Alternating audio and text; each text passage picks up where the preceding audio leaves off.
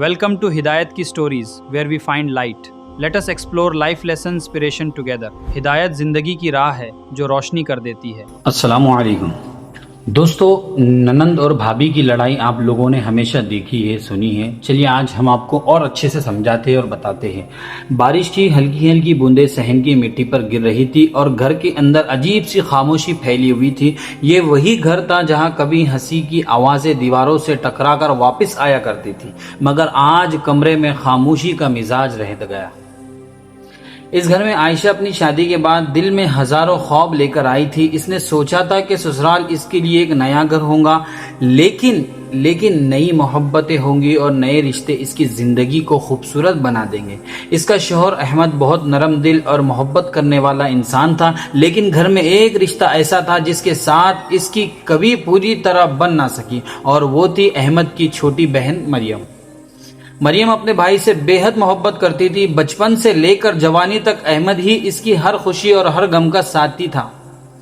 جب احمد کی شادی ہوئی تو مریم نے دل سے عائشہ کو قبول کرنے کی کوشش کی، لیکن اس کے دل کے کسی کونے میں یہ احساس موجود تھا کہ اب اس کے بھائی کی محبت تقسیم ہو جائے گی۔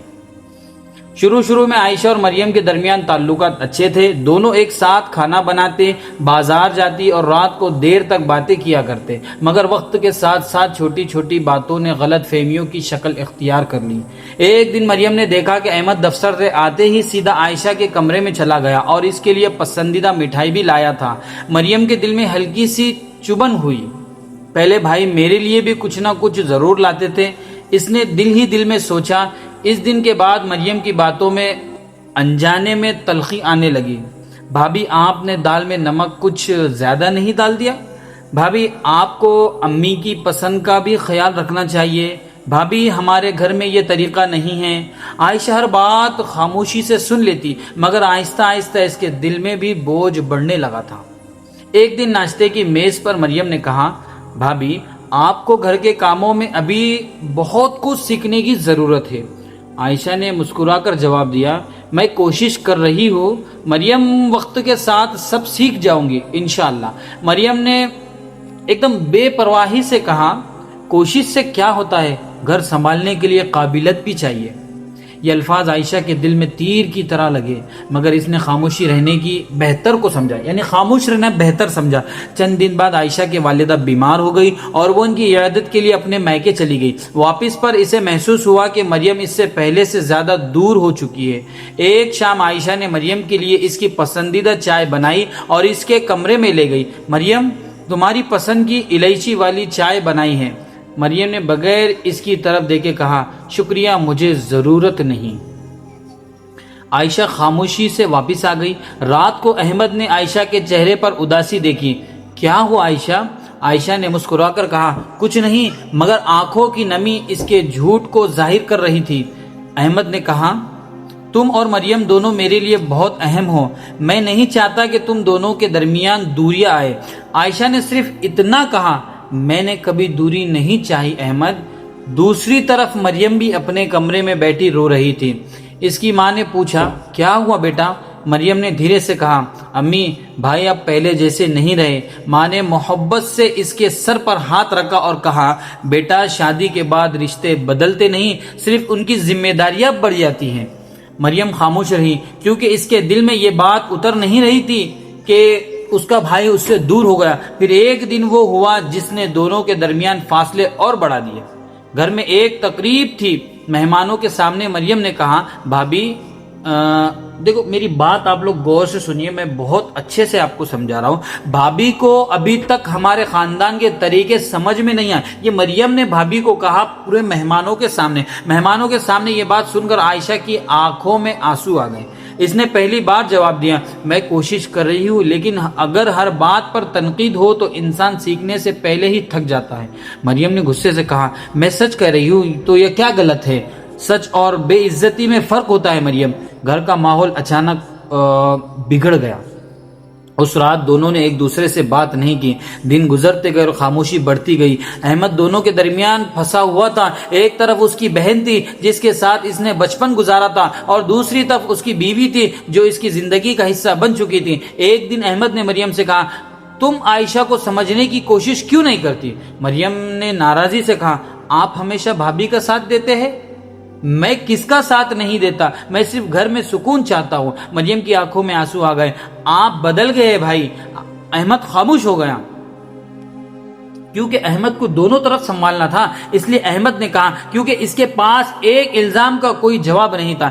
چند مہینے بعد احمد کا تبادلہ دوسرے شہر میں ہو گیا، یعنی اس کا ٹرانسفر ہو گیا۔ اس نے فیصلہ کیا کہ وہ عائشہ کے ساتھ وہاں منتقل ہو جائیں گا، وہاں رہنے کے لیے چلا جائیں گا۔ یہ خبر سن کر مریم کے دل میں جیسے کچھ ٹوٹ گیا۔ سامان بانٹتے وقت وہ چپ چاپ دروازے کے پاس کھڑی تھی۔ عائشہ نے اس کی طرف دیکھا اور کہا، مریم اپنا خیال رکھنا۔ مریم نے سرد لہجے میں جواب دیا، آپ بھی۔ احمد اور عائشہ چلے گئے۔ گھر اب پہلے سے زیادہ خاموش ہو گیا۔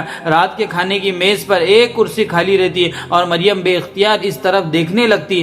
عید آئی تو پہلی بار احمد گھر میں موجود نہیں تھا۔ مریم اپنے کمرے میں جا کر رو پڑی۔ اسے احساس ہوا کہ شاید وہ اپنے بھائی کو کھونے کے خوف میں اتنی گرفتار ہو گئی تھی کہ اس نے ایک نئے رشتے کو موقع ہی نہیں دیا۔ ادھر عائشہ بھی نئے شہر میں خوش نہیں تھی۔ وہ اکثر سوچتی، کاش مریم مجھے اپنی بہن سمجھ لیتی۔ ایک دن اچانک مریم کی طبیعت خراب ہو گئی۔ اسے ہسپتال لے جایا گیا۔ خبر سن کر احمد اور عائشہ فوراً واپس آئے۔ ہسپتال کے کمرے میں مریم نے آنکھیں کھولی تو سامنے عائشہ کو بیٹھا پایا۔ عائشہ پوری رات اس کے سرہانے بیٹھی رہی تھی۔ مریم کی آنکھوں سے آنسو بہنے لگے۔ بھابھی آپ یہاں ہیں؟ عائشہ نے مسکرا کر کہا، رشتے ناراضی سے ختم نہیں ہوتے مریم۔ مریم پھوٹ پھوٹ کر رونے لگی۔ مجھے معاف کر دیجئے بھابھی، میں ہمیشہ یہ سمجھتی رہی کہ آپ نے میرے بھائی کو مجھ سے دور کر دیا۔ عائشہ نے اس کا ہاتھ پکڑ لیا۔ میں نے کبھی تم سے تمہارا بھائی چھیننے کی کوشش نہیں کی، میں تو صرف اس گھر کا حصہ بننا چاہتی تھی۔ مریم نے روتے ہوئے کہا، میں نے آپ کو بہت تکلیف دی۔ عائشہ کی آنکھیں بھی نم ہو گئی، اور میں نے بھی شاید تمہارے دل کا درد سمجھنے میں دیر کر دی۔ کمرے میں خاموشی چھا گئی، مگر یہ خاموشی نفرت کی نہیں بلکہ احساس کی تھی۔ احمد دروازے پر کھڑا دونوں کو دیکھ رہا تھا۔ اس کی آنکھوں میں بھی نمی تھی۔ اس نے کہا، کاش یہ باتیں پہلے ہو جاتی۔ مریم نے اپنے بھائی کی طرف دیکھا۔ بھائی، میں آپ سے ناراض نہیں تھی، میں صرف ڈر گئی تھی کہ کہیں آپ مجھ سے دور نہ ہو جائیں۔ احمد نے اس کے سر پر ہاتھ رکھا۔ بہنیں کبھی دور نہیں ہوتی۔ ہسپتال سے واپسی کے بعد گھر کا ماحول بدلنے لگا۔ ایک دن مریم خود عائشہ کے ساتھ مل کر کھانا بنائی۔ بھابھی، آج آپ مجھے آپ کی ناراضگی بریانی بنانا سکھائیں گی؟ یعنی آپ کی جو ناراضگی ہے اس کے بجائے میں آپ سے بریانی بنانا سیکھنا چاہوں گی۔ عائشہ ہنس پڑی، ضرور، لیکن ایک شرط پر۔ تو مریم بولی، وہ کیا؟ تم مجھے صرف بھابھی نہیں بہن بھی کہو گی۔ مریم کی آنکھیں بھر آئی۔ ٹھیک ہے بہن۔ یہ لفظ سن کر عائشہ کے دل کا برسوں کا بوجھ ہلکا ہو گیا۔ وقت گزرتا گیا۔ اب دونوں بازار بھی ساتھ جاتی، ایک دوسرے کے لیے کپڑے پسند کرتی اور چھوٹی چھوٹی خوشیاں بانٹتی۔ ایک دن مریم نے کہا، جانتی ہے بہن، مجھے لگتا ہے کہ محبت تقسیم ہو جاتی ہے۔ عائشہ نے مسکرا کر پوچھا، اور اب تقسیم ہوتی؟ تو مریم نے جواب دیا، اب سمجھ آئی کہ محبت تقسیم نہیں ہوتی، بڑھ جاتی ہے۔ عائشہ نے محبت سے اسے گلے لگا لیا۔ صحن میں پھر ہنسی کی آواز گونجنے لگی۔ وہی دیواریں جو کبھی خاموش تھی اب خوشیوں کی گواہ بن گئی تھی۔